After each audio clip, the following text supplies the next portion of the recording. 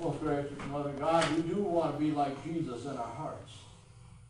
But sometimes it's hard for us to get past that place of self.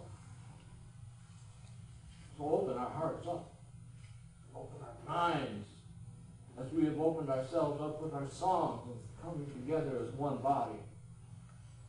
So this day, Lord, let the meditation of my heart and the words of my lips be acceptable in your sight. Amen. You may be seated. The gospel lesson this morning is going to come from the Gospel of Luke. It's a very familiar parable that Jesus talks about, and it is the parable of the Good Samaritan. And Jesus is going to be asked a question. We'll hear these words. Just then, a lawyer stood up to test Jesus. Teacher, he said, what must I do to inherit eternal life? And he said to him, what is written in the law? What do you read there? And he answered, you shall love the Lord your God with all your heart, with all your soul, with all your strength, and with all your mind, and your neighbor as yourself. And he said to him, you have given the right answer. Do this and you will live. But wanting to justify himself, he asked Jesus, and just who is my neighbor? Jesus replied, a man going down from Jerusalem to Jericho and fell into the hands of robbers, who stripped him, beat him, and went away, leaving him half dead. Now by chance a priest was going down the road, and when he saw him, he passed by on the other side. So likewise a Levite, when he came to the place and saw him, passed by on the other side. But a Samaritan, while traveling, came near him, and when he saw him, he was moved with pity. And he went to him and bandaged his wounds, having poured oil and wine on them. Then he put him on his own animal and brought him to an inn, and took care of him. And the next day he took out 2 denarii, gave them to the innkeeper, and he said, take care of him. And when I come back, I will repay you whatever more you spend. Which of these 3 do you think was a neighbor to the man who fell into the hands of robbers? And he said to them, the one who showed mercy. And Jesus said to him, go and do likewise. These are the words of God for the people of God, and we say, thanks be to God. Go and do likewise. You know, it's all about attitude. Most of us are not really born with attitude, but we develop it over the years of our lifetime. Most of us can be found in this story of the Good Samaritan. In fact, all of us can be found in this parable.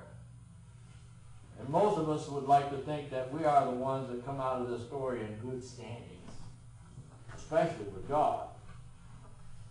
But the truth of the matter is, I don't know where you would be placed in this story, and I'm not sure I know where I would be placed in this story. But nonetheless, we can see our own lives in the story. We have 3 major attitudes in this parable. Those who are prey, not this prey, but hunting prey. Those who avoid trouble. And those who see opportunity. The robbers saw the person as prey.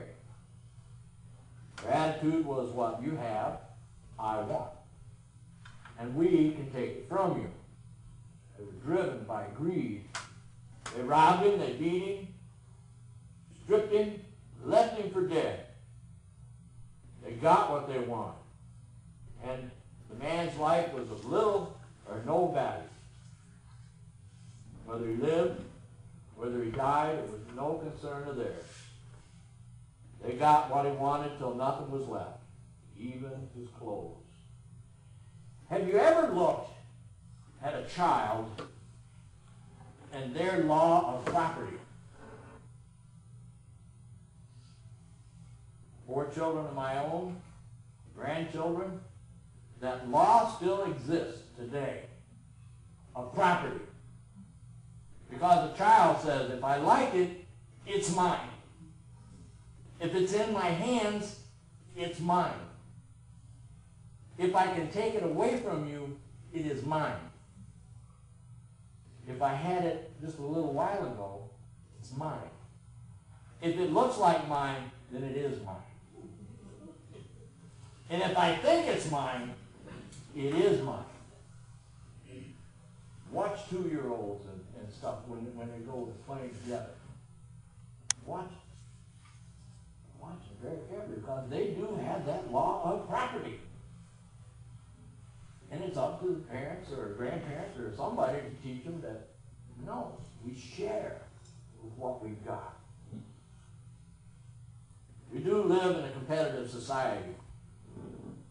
And many of us can wind up with such an attitude as children do. We seem to ask ourselves, what am I going to get out of this? If I get nothing out of it, why do it? It's our attitudes. We want gain in everything we do, and we seem to seek some kind of profit, and usually at somebody else's expense.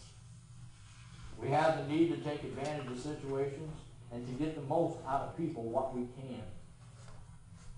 Of course, we do not go to the extent of robbing someone. I hope you don't. But it is our actions that show us we really only care for ourselves. The men that call themselves religious in the parables see a person in trouble, but as someone to avoid. Both of them, a priest and a Levite. They pass by on the other side. But before you get too harsh, you have to remember one thing. They were adhering to Jewish law. Jewish law. In Numbers 19:11, he who touches a dead man is unclean for 7 days. 7 days. Who has time for that kind of stuff? It would be really a major inconvenience, according to the law. Do we sometimes see some people in trouble that you just really want or need to avoid?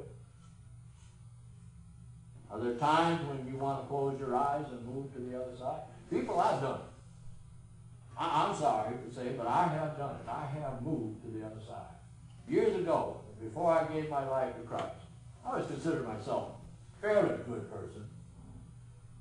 Be approached by a homeless person who's asking you for 50 cents or whatever. Saying I need to go buy a sandwich or things of that nature. They just kind of just hurts me.